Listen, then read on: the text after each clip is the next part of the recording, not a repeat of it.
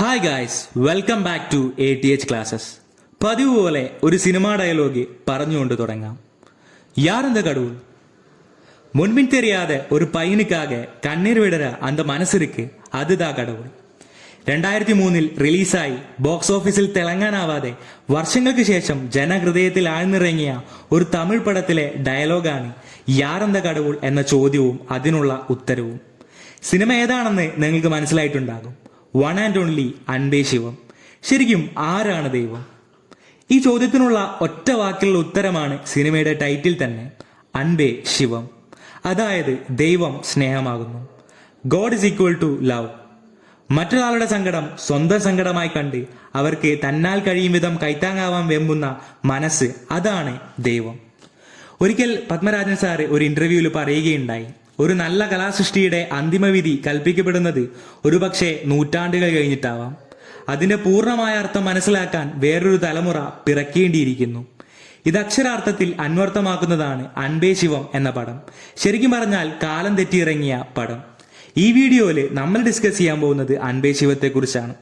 ഈ സിനിമ എന്റെ മനസ്സിലുണർത്തിയ ആശയങ്ങളും കാഴ്ചപ്പാടുകളുമാണ് ഈ കുഞ്ഞൻ വീഡിയോയിൽ ഞാൻ ഉൾക്കൊള്ളിച്ചിരിക്കുന്നത്.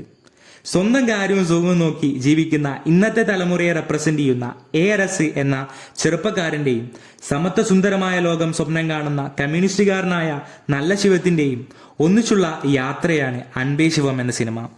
രണ്ട് ഓപ്പോസിറ്റായ ആശയങ്ങളുടെ സംഗമം ഇവിടെ നടക്കുന്നുണ്ട്. ARSന് ശിവത്തോടൊപ്പമുള്ള യാത്രയിൽ ഉണ്ടാകുന്ന തിരിച്ചറിവ്, അതാണ് അൻപേ ശിവത്തിന്റെ കാമ്പ്. അൻപരസ് എന്ന തന്റെ പേര് ARS എന്നാക്കി സിനിമയുടെ ആരംഭത്തിൽ തന്നെ ഇൻട്രൊഡ്യൂസ് ചെയ്യുന്ന മാധവന്റെ കഥാപാത്രം അൻപിന്റെ വില മനസ്സിലാക്കി അവസാന ഭാഗത്ത് അൻപരസ് എന്ന് കൂട്ടിച്ചേർക്കുമ്പോൾ അവനിലുണ്ടാകുന്ന ട്രാൻസ്ഫോർമേഷൻ അതൊരു ക്യാരക്ടറിൽ ഒതുങ്ങി നിൽക്കാതെ കാഴ്ചക്കാരിലേക്ക് വെളിച്ചം വീശുന്നു. അൻപരസ് എന്ന കഥാപാത്രം നമ്മെ പ്രതിദാനം ചെയ്യുന്നു. ഒരുപാട് കാര്യങ്ങൾ സിനിമ ഡിസ്കസ് ചെയ്യുന്നുണ്ട്. അതിൽ എനിക്ക് മനസ്സിലെത്തിയ കാര്യങ്ങളാണ് ഞാൻ ഷെയർ ചെയ്യുന്നത്. നമുക്ക് ആ ചോദ്യത്തിൽ തുടങ്ങാം. യാരെന്ത കടവുൾ? ആരാണ് ദൈവം? വളരെ ആഴമേറിയ ചോദ്യമാണ്. എന്നാൽ അതിന്റെ ഉത്തരം ഒറ്റ വാക്കിൽ പറയാം, Anbe Sivam. Love is god. സിനിമയിൽ അപകടത്തിൽപ്പെട്ട ഒരു കുട്ടിക്ക് റെയർ ആയിട്ടുള്ള ബ്ലഡ് ഗ്രൂപ്പ് നൽകി സഹായിക്കുന്നു മാധവന്റെ കഥാപാത്രം. ആ കുട്ടി രക്ഷിക്കുന്നതിനുള്ള ആംബുലൻസിലുള്ള യാത്രക്കിടയിൽ ആ കുട്ടി മരിക്കുന്നു. ഇതിൽ സങ്കടപ്പെട്ട് അൻപ് വിങ്ങിപ്പൊട്ടുന്നു. ദൈവം ഇല്ല, ദൈവം എവിടെ എന്നൊക്കെ പറഞ്ഞ് പുലമ്പുന്നു. അപ്പോൾ ഈശ്വരനെ ആരാധിക്കാത്ത കമ്മ്യൂണിസ്റ്റുകാരനായ ശിവം പറയുന്നു, എനിക്ക് ദൈവത്തിൽ വിശ്വാസമുണ്ട്. അപ്പൊ അൻപ് ചോദിച്ചു, എവിടെ ദൈവം? അപ്പോ ശിവം അൻപിനെ ചൂണ്ടിക്കാട്ടി പറഞ്ഞു, യു. മുൻപിൻ தெரியாத ഒരു പയ്യനുക്കാകെ കണ്ണീർ വിടര അന്ത മനസ്സിருக்கு അതുതാ കടവുൾ.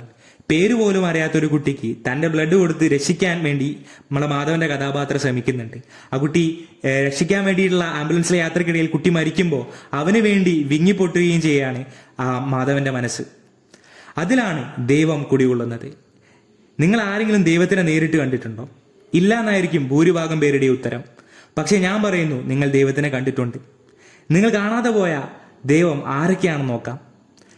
തന്നെ പരിപാലിച്ച് സ്നേഹിച്ചു വളർത്തിയ മാതാപിതാക്കൾ, അറിവും സ്നേഹവും പകർന്നു തന്ന അധ്യാപകർ, കൂട്ടുകാർ, പ്രതിസന്ധി ഘട്ടങ്ങളിൽ നമ്മളെ സഹായിച്ച അപരിചിതരായ ആളുകൾ, അങ്ങനെ ഒരുപാട് പേർ. അവരിലെല്ലാം നമുക്ക് ദൈവത്തെ കാണാം. ദൈവം ഒരിക്കലും നേരിട്ട് പ്രത്യക്ഷപ്പെടില്ല. ഓരോരോ ആളുകളായി നമ്മുടെ ലൈഫിൽ ദൈവം വന്നുകൊണ്ടേയിരിക്കുന്നു. നമ്മുടെ ഉള്ളിലും ദൈവമുണ്ട്. ഊരും പേരും അറിയാതെ ഒരാൾക്ക് പ്രതിസന്ധി ഘട്ടങ്ങളിൽ താങ്ങായി നിന്ന് ഞാനുണ്ട് കൂടെ എന്ന് പറഞ്ഞ് അവർക്ക് ധൈര്യം കൊടുക്കുമ്പോൾ നമ്മളും ദൈവമാകുന്നു. തത്വമസി എന്ന തത്വവും ഇത് തന്നെയാണ് പറയുന്നത്, ഞാൻ നീയാകുന്നു. 18 പടികൾ കയറി സന്നിധാനത്തെത്തുമ്പോൾ ഭക്തനും ദൈവവും ഒന്നായി മാറുന്നു. അവിടെ നമ്മൾ മനസ്സിലാക്കുന്നത് നമ്മുടെ ജീവചൈതന്യത്തെ തന്നെയാണ്.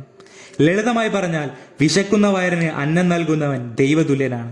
ഒരുപാട് തെറ്റ് ചെയ്ത് ഇതെല്ലാം ഭണ്ഡാരത്തിൽ പൈസ ഇട്ടാൽ മാറുമെന്ന് വിചാരിക്കുന്നവരുണ്ട്.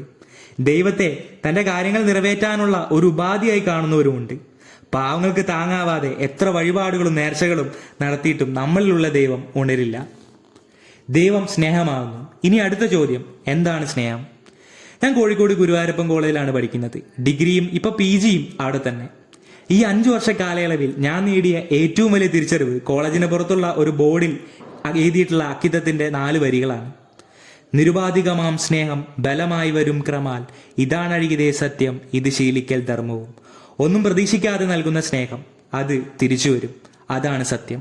സ്നേഹം ഒരിക്കലും പിടിച്ചു വാങ്ങേണ്ട ഒന്നല്ല, പ്രണയാഭ്യർത്ഥന നിരസിച്ചതിൽ അക്രമാസന പുറത്തു കാണിക്കുന്ന ചില ആളുകളുണ്ട്, ടോക്സിക്കായ റിലേഷൻഷിപ്പിൽ പെടുന്നവർ. ചില സമയങ്ങളിൽ വിട്ടുകൊടുക്കലാണ് സ്നേഹം. സിനിമയിൽ ശിവം തന്റെ പ്രണയിനിയുടെ ലൈഫിലെ സന്തോഷത്തിനായി സ്വയം അവളെ വിട്ടുകൊടുക്കുന്നു. അതിനോടൊപ്പം തൊഴിലാളികളുടെ കൂടെ നിലകൊള്ളുകയും ചെയ്യുന്നുണ്ട്. അവൾ ആരുടെ കൂടെ പോയാലും അവൾ ഹാപ്പി ആയിരിക്കണം എന്ന ചിന്ത, അതാണ് യഥാർത്ഥ സ്നേഹം.